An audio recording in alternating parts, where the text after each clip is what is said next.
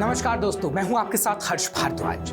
देश की राजधानी दिल्ली के विवेक विहार में बेबी केयर हॉस्पिटल में आग लगने से 6 किलकारियां हमेशा के लिए खामोश हो गई। 6 नवजात ने दुनिया को देखने से पहले ही संसार को अलविदा कह दिया। अस्पताल प्रबंधन के लिए ये एक दुर्घटना मात्र हो सकती है, लेकिन उन 6 नवजात का आखिर क्या कसूर था? उनके माता पिता का क्या कसूर था जो उन्हें अब यह असहनीय पीड़ा झेलनी पड़ रही है? सवाल उठता है कि इसका जिम्मेदार कौन है? दरअसल दिल्ली के विवेक विहार चाइल्ड हॉस्पिटल में 25 मई की देर रात आग लग गई। हादसे में 6 नवजात की मौत हो गई, 5 का रेस्क्यू किया गया। 2 मंजिला बिल्डिंग के फर्स्ट फ्लोर पर new born baby care centre था। शुरुआती जांच में आग लगने का कारण ऑक्सीजन सिलेंडर ब्लास्ट को कारण बताया जा रहा है। बेबी केयर सेंटर के नीचे ग्राउंड फ्लोर पर अवैध ऑक्सीजन सिलेंडर रिफिलिंग का काम चल रहा था। दिल्ली पुलिस ने चाइल्ड हॉस्पिटल के मालिक नवीन खींची के खिलाफ आईपीसी की धारा 336 यानी दूसरों की निजी सुरक्षा को खतरे में डालना, 304A लापरवाही से मौत और 34 यानी आपराधिक गतिविधियों के तहत एफआईआर दर्ज कर ली है।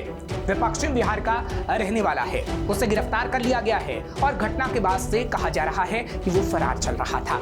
शाहदरा के डीसीपी सुरेंद्र चौधरी ने बताया कि घटना के वक्त अस्पताल में जिस डॉक्टर आकाश की ड्यूटी लगी थी उसे भी गिरफ्तार कर लिया गया है। अस्पताल ने 5 नियम तोड़े थे, लिहाजा एफआईआर में आईपीसी की धारा 304, 308 भी जोड़ी गई है। न्यू बेबी बॉर्न केयर जिसके जो संचालक और मालिक हैं डॉक्टर नवीन खींची बताए गए, तो वहाँ पे टोटल 12 बच्चे थे, तो बाद में उसमें से 6 बच्चों की डेथ हो गई। इसमें शुरुआती तौर पे हमने आग लगने की एक मतलब दुर्घटना के हिसाब से इसको मुकदमा किया धारा 336, 304A आईपीसी में। बाद में जब हमने मौका मुआयना किया और सारी इसकी हॉस्पिटल का रजिस्ट्रेशन परमिशन उनको चेक किया तो पता चला कि हॉस्पिटल की जो एनओसी है वो भी 31 मार्च को ख़त्म हो गई थी और हॉस्पिटल को 5 बेड तक की परमिशन थी, लेकिन उन्होंने 10 से ज़्यादा बेड उसमें लगाए हुए थे, 12-13 के आसपास। और हमने डॉक्टर जो उसके संचालक हैं डॉक्टर नवीन खींची, जो वेस्ट दिल्ली में उनका एड्रेस है घर का, और वो उनको हमने अप्रीहेंड किया इसमें। इसके अलावा हमें पता चला कि उन्होंने 3 BAMS डॉक्टर भी इसमें रखे हुए थे, तो उसमें से एक डॉक्टर जो ऑन ड्यूटी थे डॉक्टर आकाश, उनको भी हमने अप्रीहेंड किया है। दरअसल दमकल विभाग को 25 मई की रात लगभग 11:30 बजे आग लगने की सूचना मिली थी। मौके पर दमकल की कुल 16 गाड़ियां पहुंची। तब तक आग की लपटें ऊपर के फ्लोर और पास की 2 बिल्डिंग्स में फैल चुकी थी। बेबी केयर सेंटर में ऊपर जाने के लिए बाहर की तरफ से लोहे की एकमात्र घुमावदार सीढ़ी है, उसमें भी आग लग गई थी। बेबी केयर सेंटर में भर्ती 12 बच्चों में से एक की मौत आग लगने से पहले ही हो चुकी थी। धुआं भरने के कारण अन्य 11 बच्चों की हालत गंभीर हो गई थी। दमकल की टीम और स्थानीय लोगों ने लकड़ी की सीढ़ियों पर चढ़कर खिड़की से अन्य 11 बच्चों को बाहर निकाला। तब तक दम घुटने से 6 बच्चों की मौत हो गई थी। इनमें शवों को पोस्टमार्टम के लिए जीटीबी अस्पताल भेजा गया, जिसके बाद बच्चों के शवों को अब परिजनों को सौंप दिया गया है।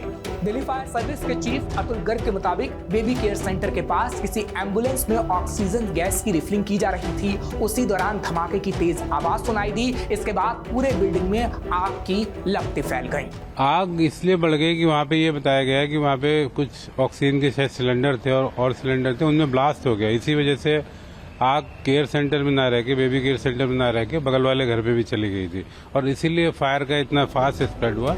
वहीं अगर बात स्थानीय नागरिकों की करें जो वहां पर रहते हैं, उन्होंने बताया कि हमारा घर बेहद पास है, हमें पता चला कि धमाके हुए हैं। मौके पर आए तो पता चला कि बिल्डिंग के सामने वैन में ऑक्सीजन सिलेंडर में रिफिलिंग का काम चल रहा था, तभी सिलेंडर ब्लास्ट हो गया। पहला सिलेंडर फटकर बिल्डिंग के अंदर गया, जिसमें आग लग गई। आग लगते ही हॉस्पिटल के सभी स्टाफ बच्चों को छोड़कर भागने लगे। उसके बाद एक के बाद एक 3 और सिलेंडर में ब्लास्ट हुए। हम बिल्डिंग के पीछे गए और शीशे तोड़कर बच्चों को बाहर निकाला।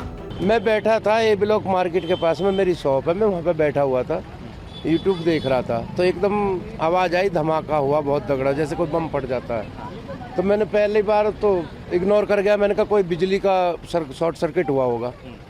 दूसरी बार फिर आवाज़ आई थोड़ी देर में, फिर मैं उठा, वहाँ से चला थोड़ी दूर पे, तो वहाँ से देखा तो मुझे धुआं दिखाई दिया।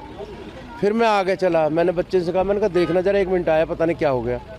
थोड़े आगे आया तो मार्केट पे वो नर्स उधर से निकल रही थी बाहर की तरफ, और इधर से 2-4 और गए, जैसे मैं गया तो मार्केट वाले।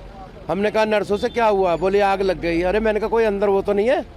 पेशेंट वगैरह, वो बोली बच्चे अंदर, तो मैंने कहा तुम भाग के कहाँ जा रही हो, आकर के पीछे को खिड़की तोड़ के फर्स्ट फ्लोर से तब बच्चों को निकाला। आपने भी निकाला? हाँ जी, तो 5 बच्चे जो निकाले थे शुरू में वो तो आ गए थे सही जी, और बाकी 4 एक बार निकाले थे, मतलब टोटल 12 बच्चे थे। वहीं अब इस पूरे मामले की जांच के आदेश दे दिए गए हैं। दिल्ली के मुख्यमंत्री अरविंद केजरीवाल ने एक्स पर इस मामले को लेकर कहा कि इस हादसे में जिन्होंने अपने मासूम बच्चों को खोया उनके साथ हम खड़े हैं।